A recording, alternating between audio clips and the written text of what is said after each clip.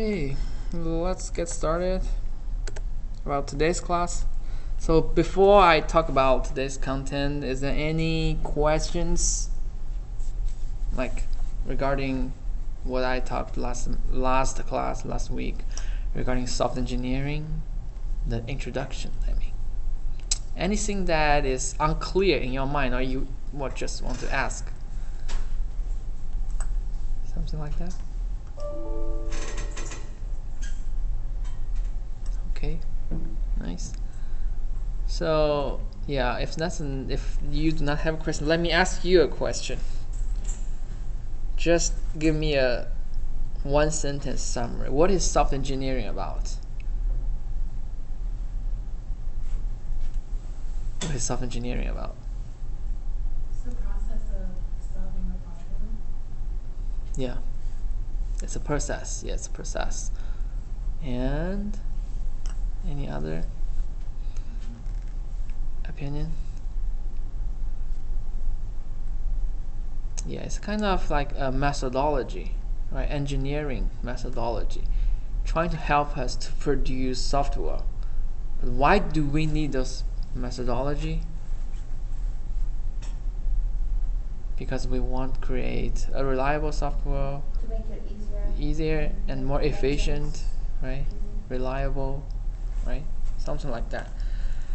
Okay, so why do we have that need? Like we want to do it more efficiently, more reliable, and we want to develop the correct product for the customers. Okay, so at the beginning of the software engineering, when the computers, they were just invented last century. Okay, there are a whole bunch of developers who are zealous of developing the software, to use the software to help solving all those computation problem, the questions, to solve those problems. And at the beginning, it seems okay because we're just writing some simple programs which works fine on those big computers. If you have seen any pictures of the computers in the early days, you have the impression that a computer may be as large as this room. Even today, a supercomputer is it's bigger than this room, right? Those supercomputers, I mean. Okay, but at the early days, those computers are not as efficient as a phone, but they're still as large as maybe a building, something like that. Okay, so during that stage, when we write programs, those programs are pretty simple. So it's pretty easy. We can just handle everything by several lines of code and everything's done. But with the development of the computer, things change, and networking, things change. Right? Remember the picture I showed last time? What changed the software engineering, the computation ability, the networking. I mean, at the phone, those mobile computation devices, all the new technologies, they are changing the software.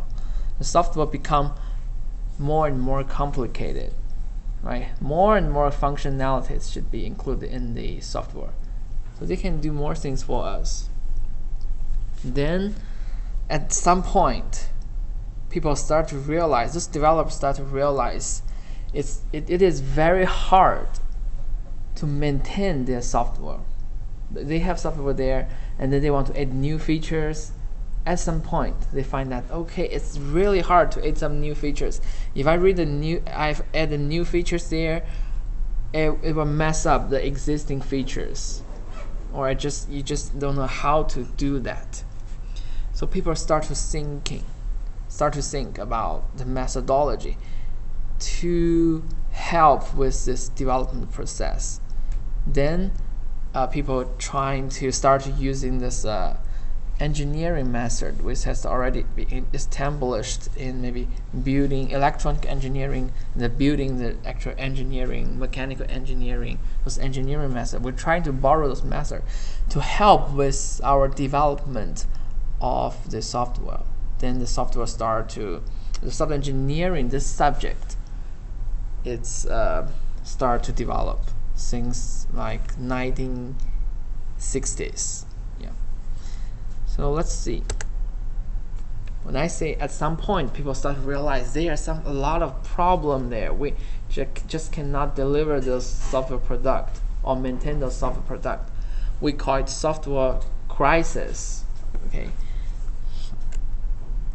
Okay. In most of the software engineering course, we will talk about the software process, the crisis, because all the software engineering subject, it doesn't exist before. It's those crises make this whole subject, your degree exists there. And let's see, what is software engineering trying to solve? Okay, so software engineering is a strategy for designing and developing high quality software. Okay, so first it is concerned with the system built by teams rather by individuals. Well, I cannot fully agree with this statement. Actually, even for individual software project, we're still applying software engineering method. But in the beginning, in the early days, if it's teamwork, it makes it even harder. So we need the software engineering method. And also software engineering uses, like I said, it's use the engineering principles. It borrows these principles from other area and try to apply them in our software development, build software. And includes both technique and non-technique aspects, like human factors in the software engineering. Maybe the communication between the human, all those things, they are taken care in the software engineering process, those methods. Okay. So in the 1960s, when software development just started, there are a lot of problems, right? People find there are a significant percentage of software systems that do not, first, it does not meet what the customer needs. Like as maybe NASA, they want a software system trying to help them with missiles, this launch of the moon landing, those things. So when we want some functionalities from the software, usually those customers, they do not develop software. They want another team to help develop software. So that needs a communication between the customer and the development teams. So if there's any miscommunication there, well, it's very easy to have a miscommunication, because when people talk, a lot of sentences there, they are ambiguous, right? So sometimes when you hear a sentence, you think it's the way we do it with the way A, and another person may think we do it like B. So yeah, it's happened a lot. So, well, completely unsatisfactory software product is originated from this kind of, first is the requirements. They didn't figure out what the requirement really is, and also extremely late. They cannot deliver the product on time, over budget. Since we have those problems where we getting late and we need more time and more person, so that's a budget issue also. Yeah. And poorly suited for the intended user of the system. That's a low quality software. And the reasons for the software crisis is lack of communication, like this communication between the developers and the users, lack of understanding of the problem and its environment.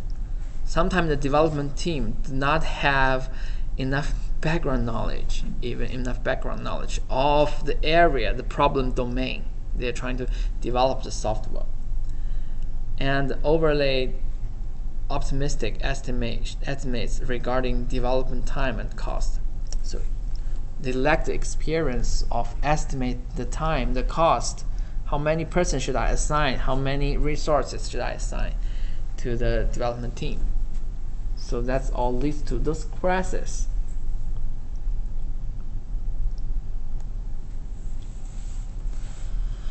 So then with all those problems, people find okay, there are too much problem there. So people trying to seek the solutions. Therefore, the software engineering method, tools, and techniques, they occurred. And people are trying to research, okay, how can I apply one of the engineering method to software development? Well, when I talk about the metaphor last class, we talk about first, we need the engineering, we need the requirements engineering. We figure out what the customer really need, right? And then we go into the design, and then we do the implementation, testing, and maintenance of the product. So those ideas, this is not only solely for software engineering. So in the building engineering, they use that a lot. They've already used that for a long time. So we're trying to get this idea from the engineering area. That's why we called ourselves a software engineer. It's engineer because we're using engineering method, right? Yeah. And many problems associated with the software crisis come from the miscommunication. First, the miscommunication. Okay, so have you ever heard of the waterfall model? Let me show you the waterfall.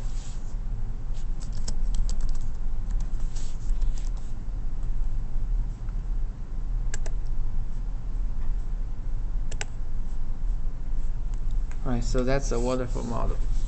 Here, you go from requirements, design, implementation, verification, which can be a testing, and the maintenance. Okay, so there are 5 stages here.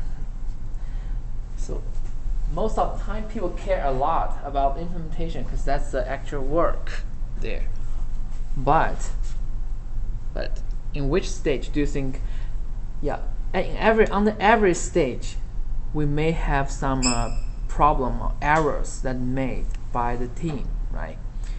So but under which stage do you think cost the most?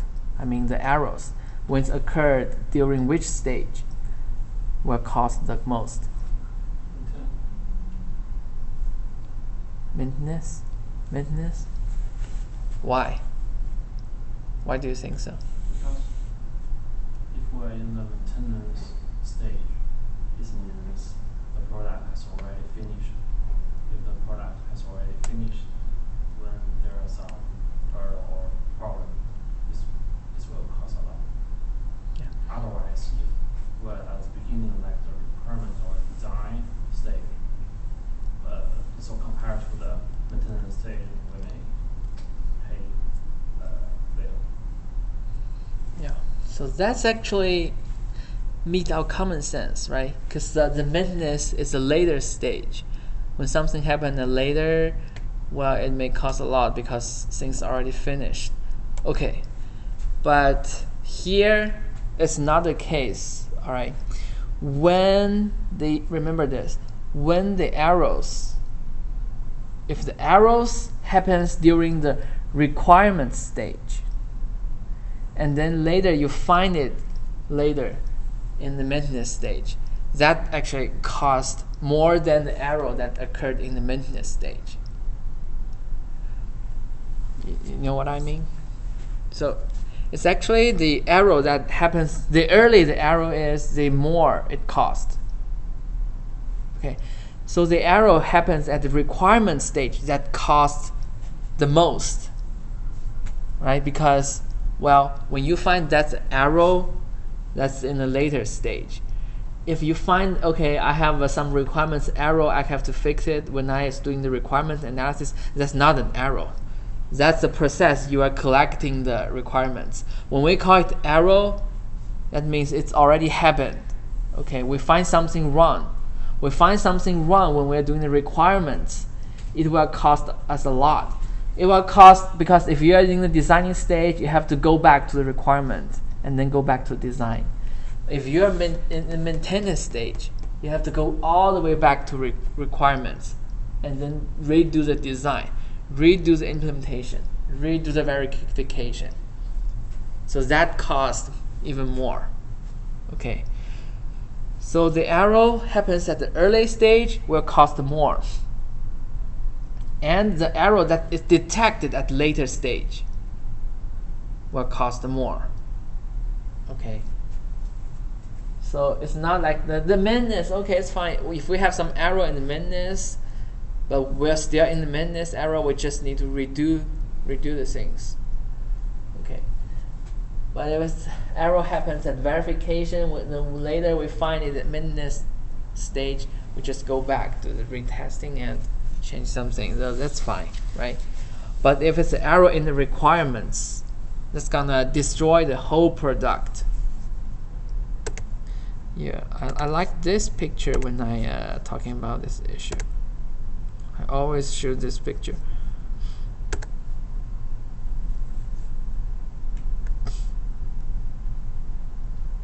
So that actually shows the requirements error.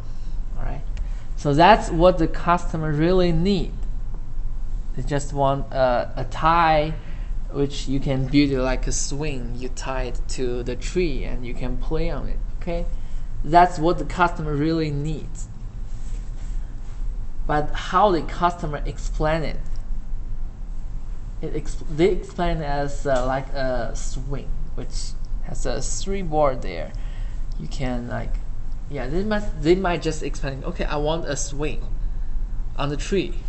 Then they don't explain that there should be have a tie there, and maybe it's a very low cost swing. Okay, then the project document, let's forget it, and how the programmer write it.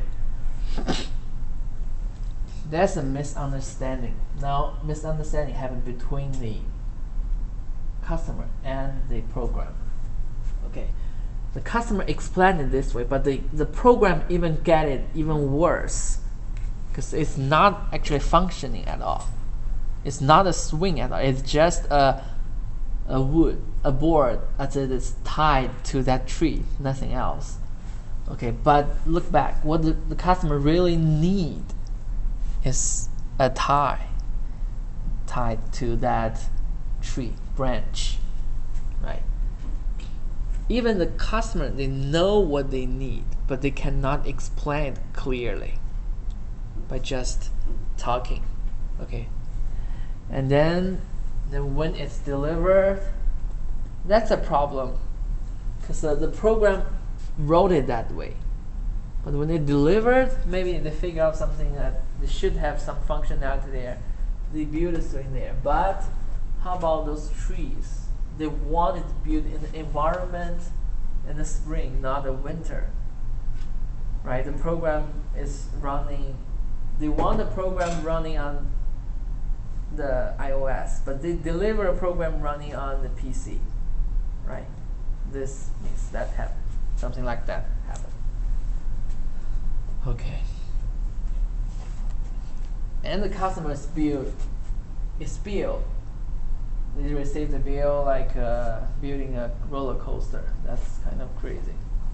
Yeah, that's even more common today. Okay. Hey.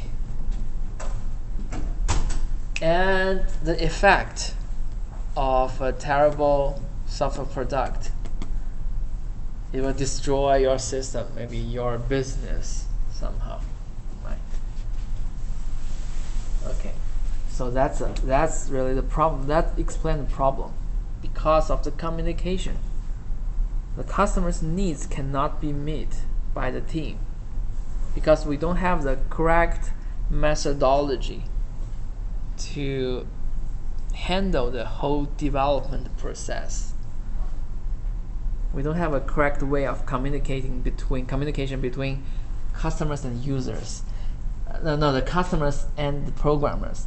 And the program themselves, they do not have the correct methodology to implement what they really want to implement. and the cost will be high because it's not they want to make more profit from here when they build a roller coaster, because it really take them the cost of building a roller coaster because they do not have the correct methodology. And the bad software product, low quality software product will destroy the system, the business. Yeah. So I like this picture. It shows the crisis of the software.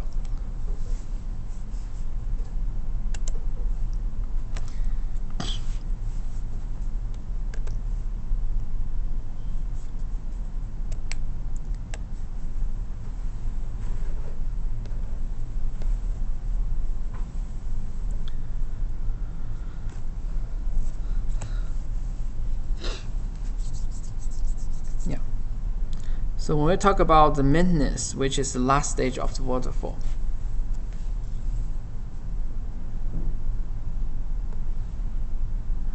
okay, on that.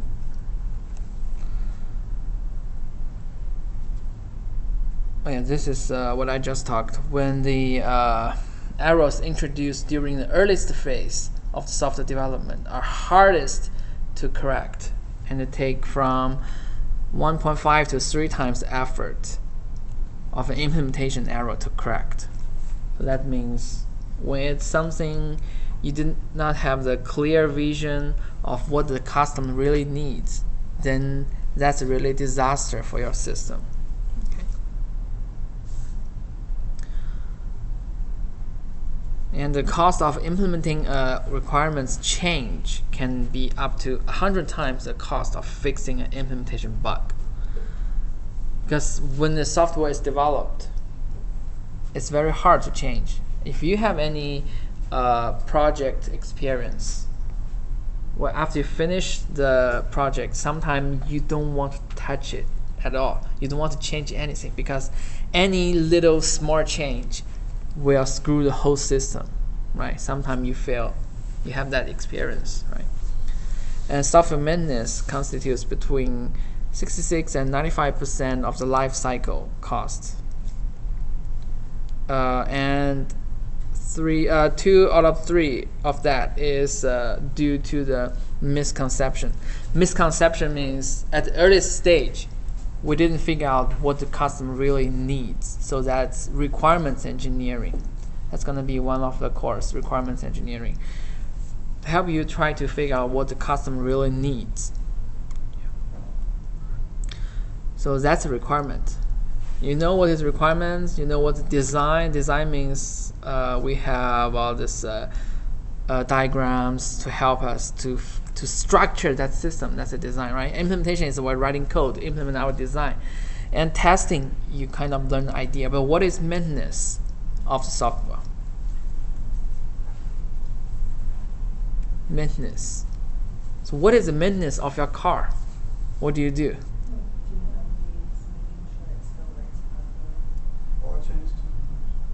Yeah. Okay, there are different kind of maintenance, right? Sometimes you spend a lot of money. Just it's not only the oil. Sometimes it's just the oil change. Sometimes you rotate the tire. That's all regular maintenance. But sometimes somebody they enhance their vehicle, right? They change the turbo. They change the turbo, the transmission to make it faster, more powerful, right? Sometimes they do that. So that's another type of maintenance. Just enhance it, or you make everything running. Okay. So here in the software it's similar. So make the system do what it's supposed to do, like when we change the thing. And getting the bugs out. So when we have some problem with the vehicle, like check engine light on, we're trying to figure out what the bug is.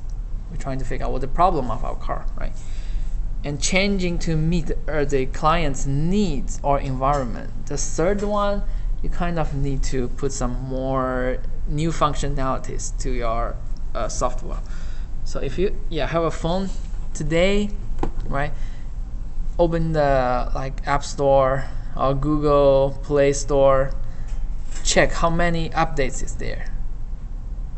Right? Did you update something today in your phone? Probably. Yeah, right. There are a lot of updates, and so that's actually, if this product is not engineered correctly, any of these updates will kill the whole project. It's very hard. Okay. Software developers spend 50% of their work time doing maintenance of activities.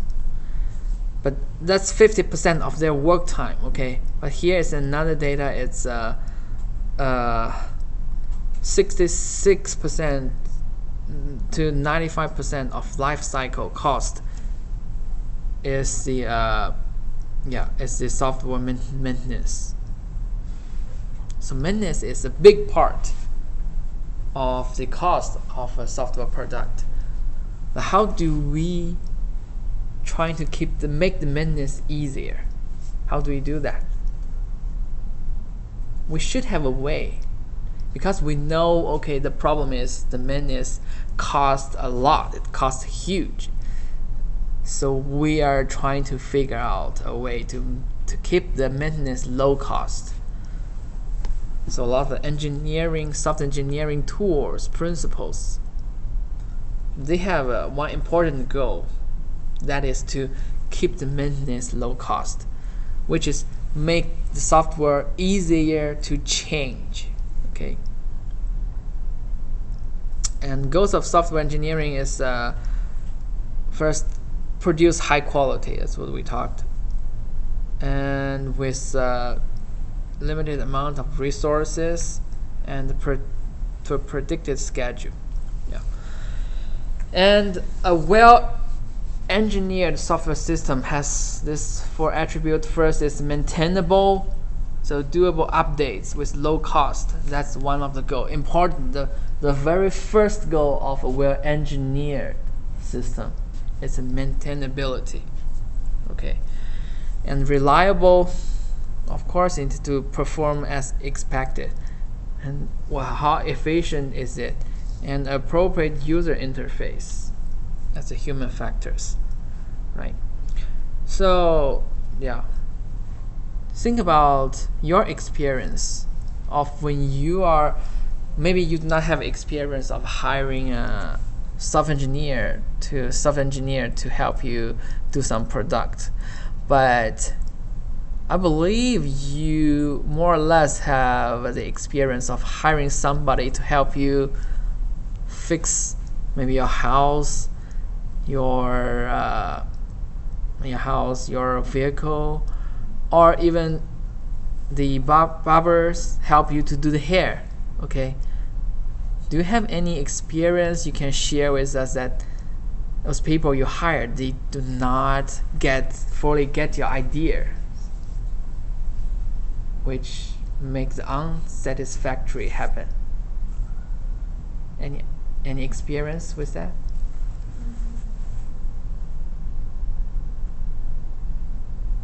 You are satisfied with everyone you hired? No?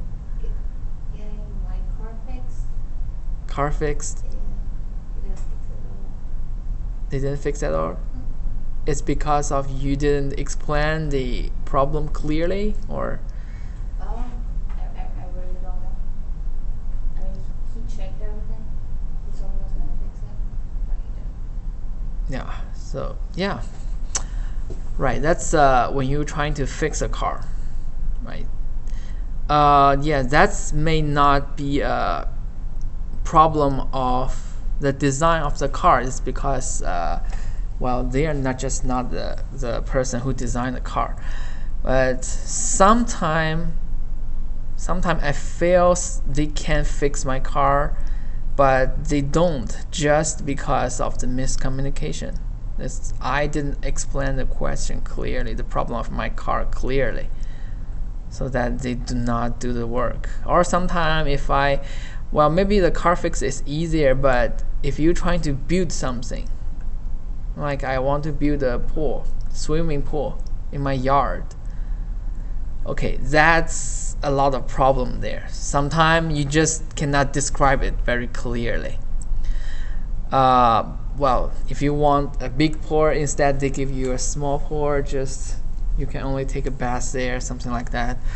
Okay, that may happen, but so people are trying to avoid that by using some tools to help with the communication. So after they design, they want to show you some of the pictures. Like say, if you want something like this, okay, then on the picture you can say, yeah, I'm gonna modify this part and then this part. Yeah, that helps a lot. But still, sometimes it's still different from what you expected, right? So that's human factors. Software engineering has a lot of human factors there. All right.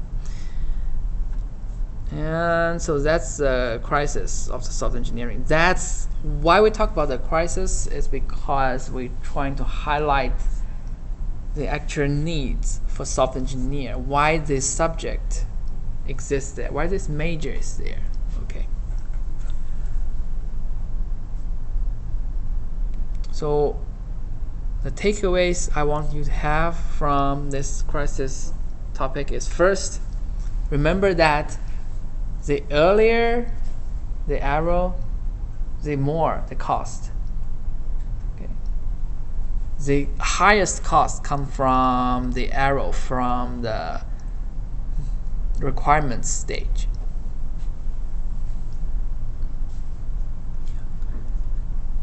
And the second takeaway is the maintenance is actually what actually take the most time of the software product. It's not implementation. People will think, okay, the implementation is the hardest thing, because when we're doing our course project, we implement something, we submit it, then we are done. We never maintain our course project. But in industry, we maintain, we update, we fix the bugs, right? So maintenance takes most of time. So the target here, the goal here is to, the most important thing here is to try to make the software maintainable. That's the first attribute of where engineer software system, right? Maybe you use the software engineering method, maybe it won't help you a lot when you are doing your course project, or you're building a face recognition program for I don't know, the machine learning class. Maybe it won't help you with that, because when you after you submit it, you forgot about that course project. It doesn't need maintenance, but in industry, it's not the case. Yes, your question. But I thought implementation takes more time. When maintenance is like just going over the implemented software. Well, okay. When it's between the maybe from the design to the first release, maybe you think the implementation can take maybe up to like 60% of the time. So you think that's take more. But after the software release, I mean, in the whole life cycle of the software, Sure. the whole life cycle of software, maybe it's just take a week to develop software, but the software be used for years, right?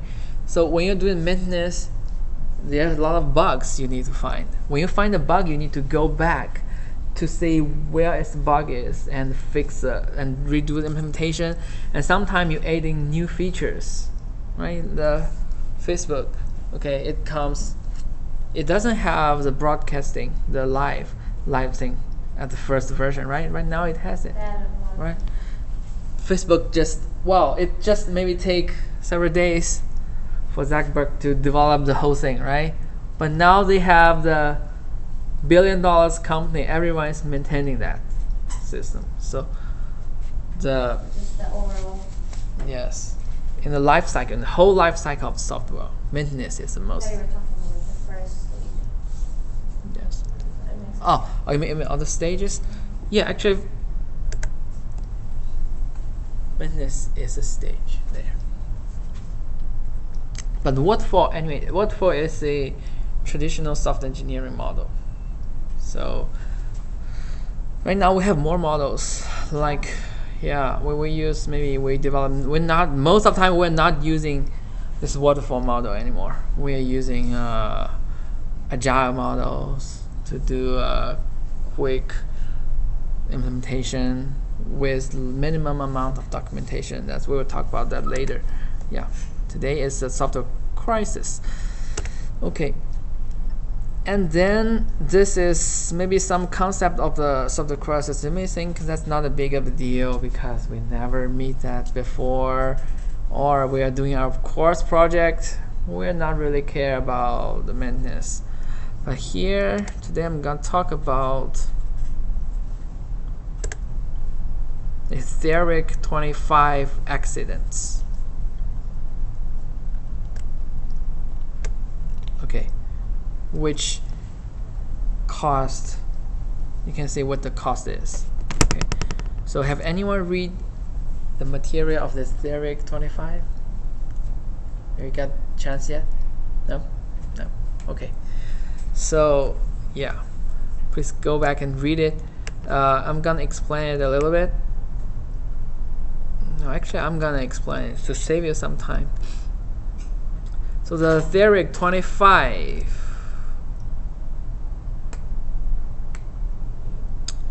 is a machine that looks like this. Maybe it's not here.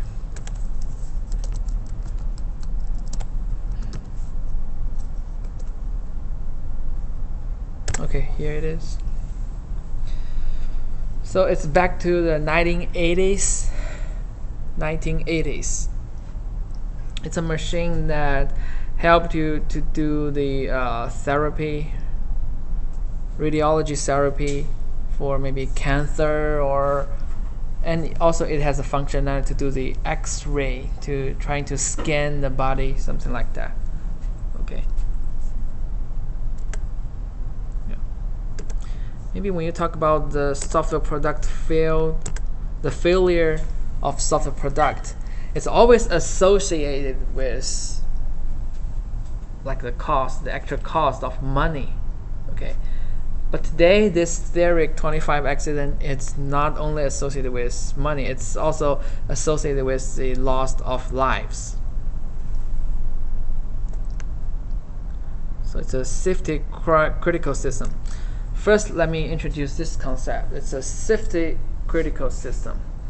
So in a safety critical system, the first goal is to prevent the system from entering an unsafe state, right?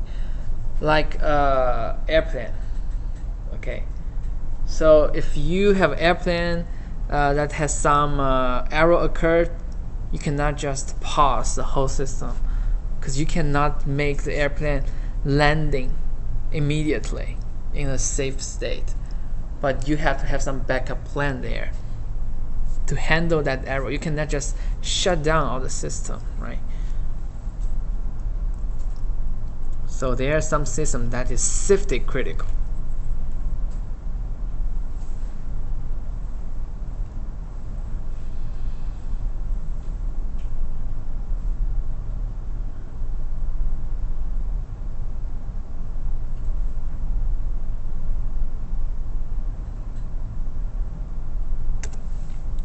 Okay, so what the Theric 25 does is deliver the radiation in measured doses to precise location for treatment of cancer. You all know what that is, right? It's because the cancer, usually it's those cells, when you excise it, sometimes those cells still exist in the body, so you have to do some radiation therapy to kill all those cancer cells. So Theric 25 is a machine for that purpose. Okay, and also it has the X radiation, the functionality to the X radiation. Okay, so in the 1980s there are 6 accidents associated with this Theric 25. So let me choose this East Texas Cancer Center, this one. Let me explain that to you.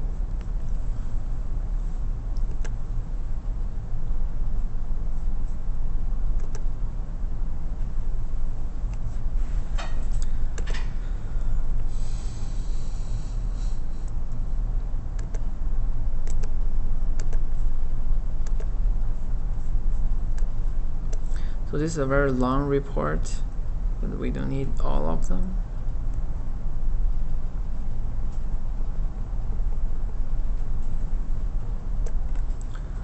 Okay, so this is known about the more is known about the Taylor, Texas. So this accident, we have a name, maybe a Taylor accident. Okay, so it happens during the March of 1986. Okay, so the Theric 25 is a machine that be in that East Texas Cancer Center for 2 years. It's functioning pretty well during first 2 years. But on that day, March 21st, 1986, when male patient came to this center for his 9th treatment. Actually, he has to do that treatment several times with the Theric 25. And it is one of his serious prescribed follow-up to the removal of the tumor from his back. Okay. So this treatment was to be a 22 MeV electron beam treated off 180 rads on the upper back and a little to the left of his spine. Okay, so this 22 MeV and 180 rads, that means the dose. Okay, the dose of the radiation. All right. So for a total of a 6,000 rads over 6.5 weeks. Because you cannot take all the 600 rads at the same time. It has to be due through this 6-week period. And he was taken into the treatment room and placed face down to the treatment table. The operator then left the treatment room. Okay, so he's in the treatment room, but the operator is not, because those radiations, and you want to protect those operators. Those nurses, they cannot just be in the room all the day, because they receive the radiation, which will make problem to their body. So they have to operate the machine in another room, separated from the operation room. Yeah. So on that day, what happens is this machine actually has 2 modes. One is the X-ray mode. One is the medical beam that just treat for the cancer. Well, the difference is that that X-ray radiation is much more stronger than the beam, than the radiation used to treat the cancer. Okay. So what happened that day is the operator, he actually did this job for some time, so he's pretty influency when he's typing all those parameters to operate that machine. So she quickly entered those prescription data and change it with the Therix adding the features. And she entered the patient's prescription dosage. And then she quickly noticed that she had to make a typo. She put an X there, which is the X-ray. She put an X there when she had intended to put the E there. E is for electron, which is the mild version of the radiation. But X-ray is much stronger version of the radiation. Okay, he put X there instead of E. But she actually noticed that, so she changed the X back to E.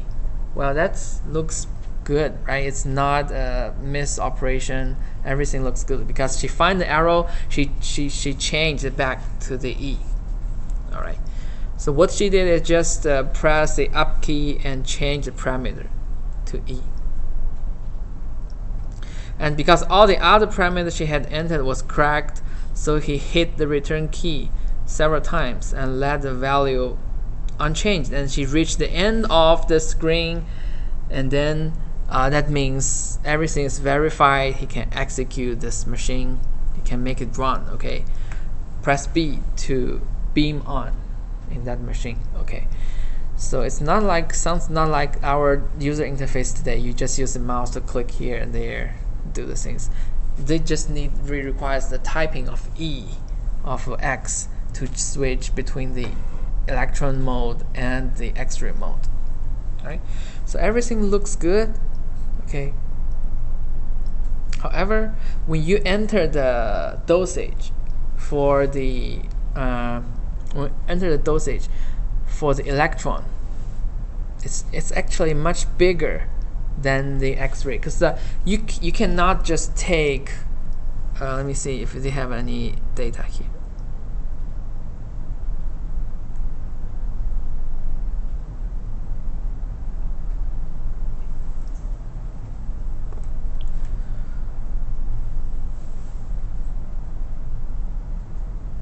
Okay, I just said the data is here. It's 180 rates.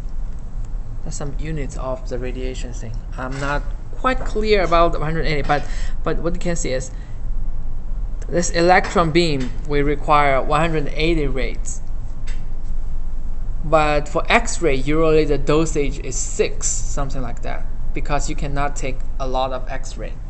But you can take 180 rates at the same time at the one therapy. So the parameter she entered is actually 180 rates of electron beam. So that sounds good and no problem there. Okay, but when he pressed the B button, the system pop up the arrow, tell him the dosage is incorrect. It's called the malfunction 4045. The system pop up this arrow. That means the dosage is not correct. But actually, what she input, is all correct. The dosage is 180, and the mode is in the electron. However, the system gave the malfunction 45, which is not even documented in their documentation. The nurse cannot understand what is malfunction 45. So after the investigation shows that malfunction 45 is actually an internal error message for the developers.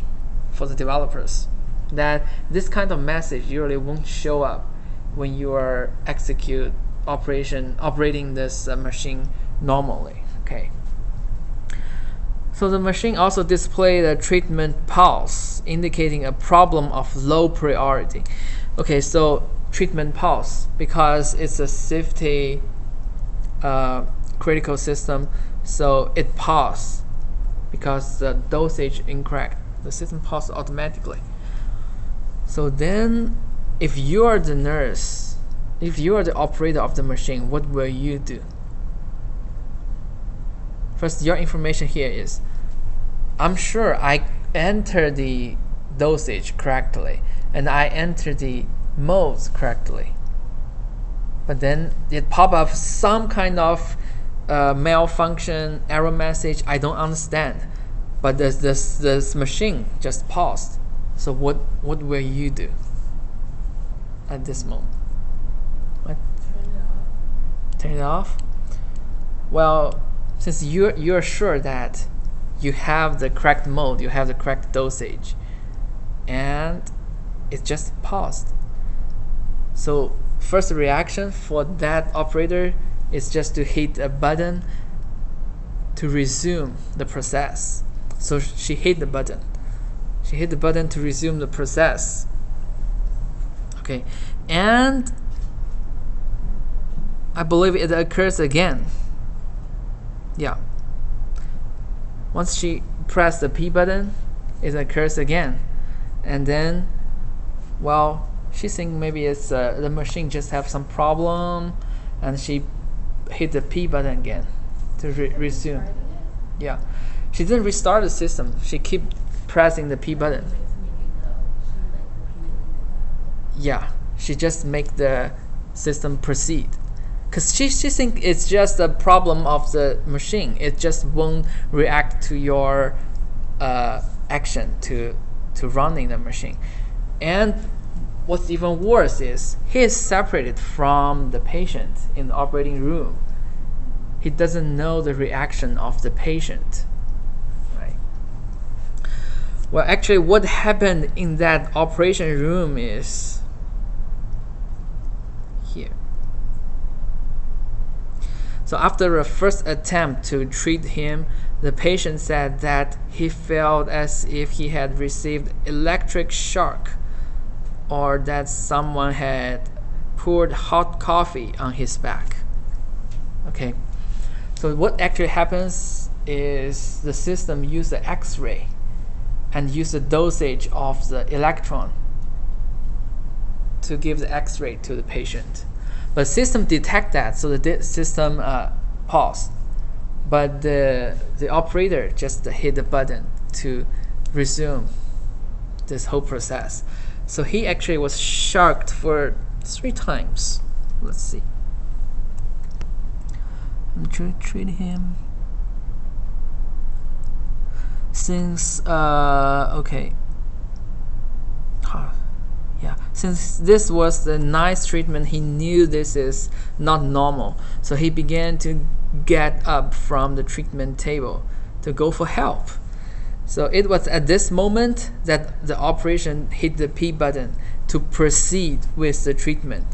So the patient got a second shock. So the patient said that he felt like his arm was being shocked by the electricity, and that this hand was leaving his body.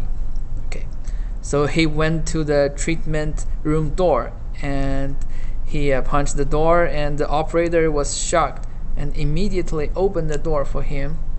Yeah, so he appeared visibly shaken and upset, and the patient was examined by a physician who observed that's only electric shock, so they didn't notice a problem. Okay, the patient was discharged and sent home with instructions to return if he suffered from any further reactions. So they didn't know what happened. Still, they didn't know what happened.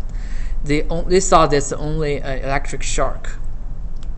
And the hospital's physicist was called in, and he found the machine calibration with the specifications.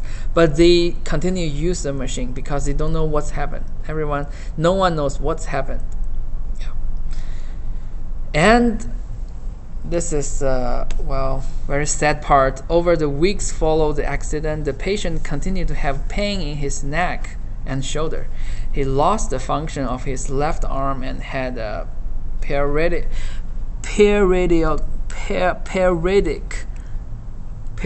bouts of nausea and vomiting. He was eventually hospitalized for radiation.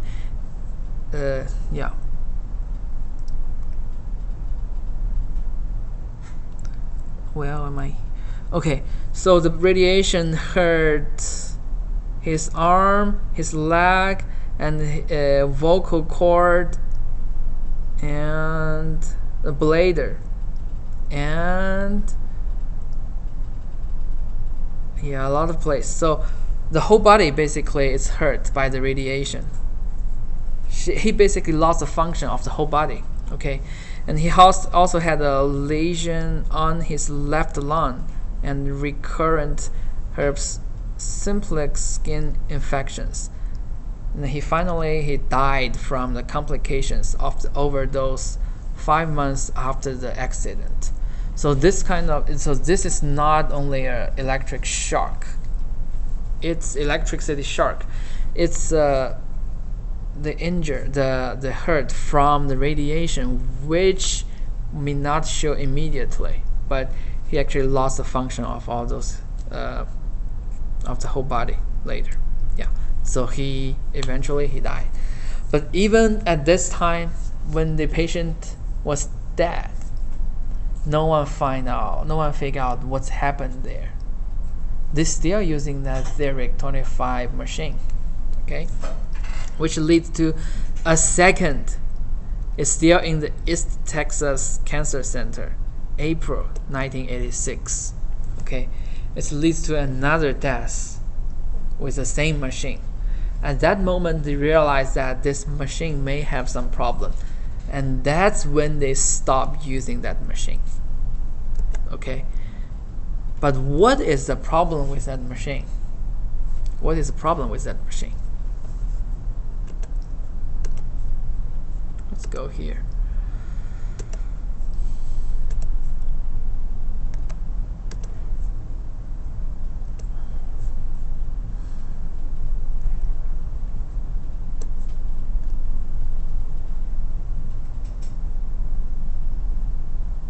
This is a machine. This is operation room. You can see it's a pretty complex operation room, and a lot of devices.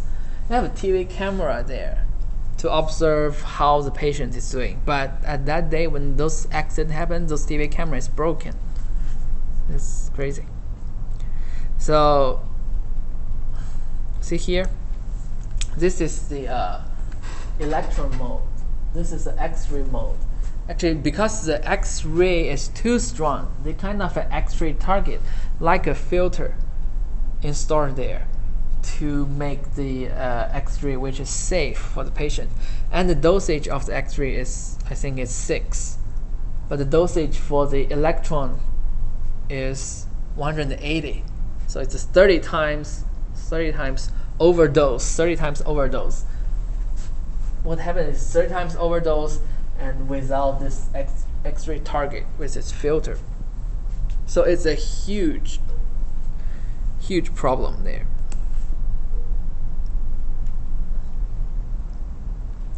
And how the Theric 25 changed from this electron to the X-ray is through this maybe this a three-way.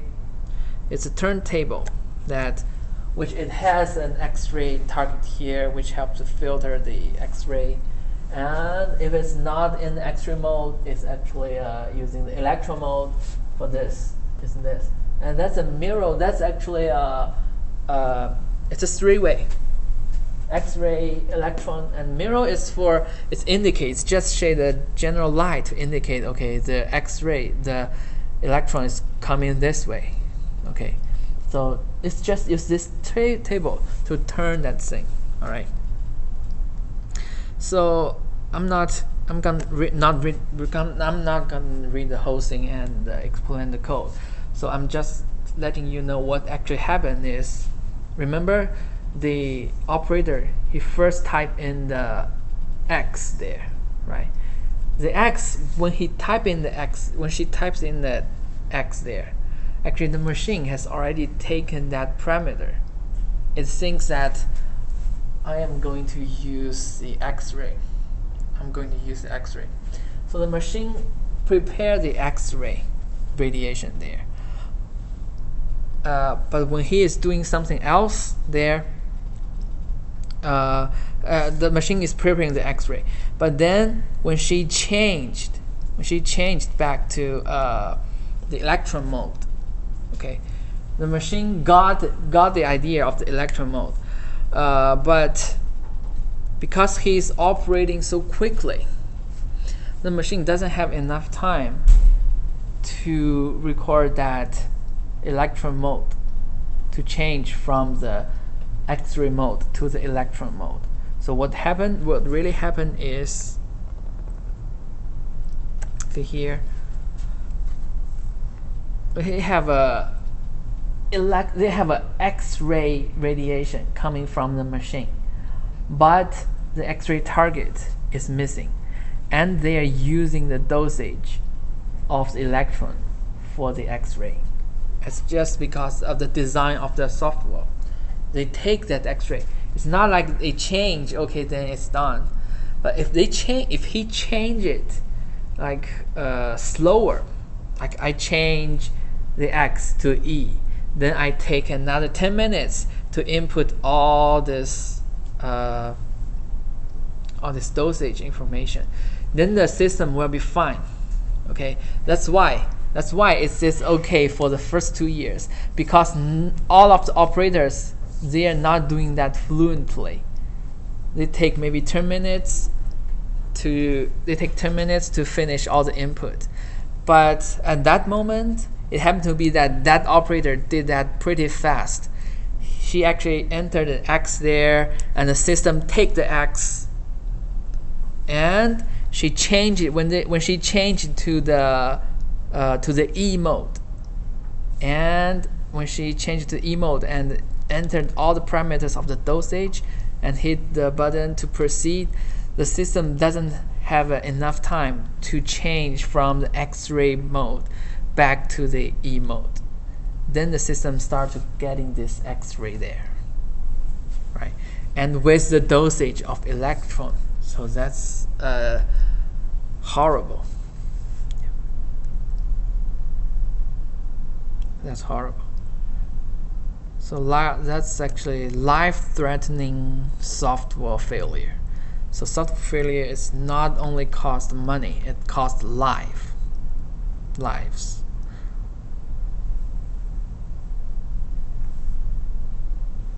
Yeah, that's actually a good example. Explain how important it is for the software engineer to build a reliable software product, right? So they gave us a lesson with life. So anyway, go back to Theric 6 and Theric 20. They actually share a lot of similar features, but they never have that issue. So people notice that. And actually Theric 25, the software, they get a lot of the part from the 6 and 20, yeah, shared software, right? So the software itself, actually, Theric 20, it also has a problem that when you change the X to E, the system doesn't have enough time to read in the E and change it back to E. Okay. The 20 also has a question, have the problem, but the Theric 20 never have those accidents occurred. You know why? That's another concept here. Because of the redundancy. Okay. So the Theric 20, actually they have two separate systems to ensure the security. So the software itself, like what I just mentioned, it can pop up a malfunction 50, those kind of things, and pause the system. But also in the hardware itself, it has the independent monitor for the dosage. So whenever it detects dosage error, the hardware itself will pause. And when you hit the proceed from the software, it won't go through the hardware. So it has a two system there to ensure that security. But Theric 25, everything, they are too confident on their software. So they rely every security feature, safety features on the software, which leads to tragedy happen. So what is redundancy? Let's see here. So this is the math of reliability. So if we have a system with two components A and B, each with a reliability of 90%. So the reliability of a system as a whole will be this, well, if you times 0.9 with 90% times 90%, it becomes 81%. Okay, because if you have a problem in A, it will cause a problem in B, right? Because A and B, they are just connected. Okay, this is not a redundancy system. But if we have this redundancy system here, consider two redundancy components, C and C prime, each with a reliability of 90%. The system is reliable as long as both C and C prime do not fail simultaneously. Okay, do you know what is the probability of those two systems fail simultaneously if all of them reliability is only 90%? Do the math. So in this design, one of the failure leads to the failure of the other one. So it becomes 81% reliability. here,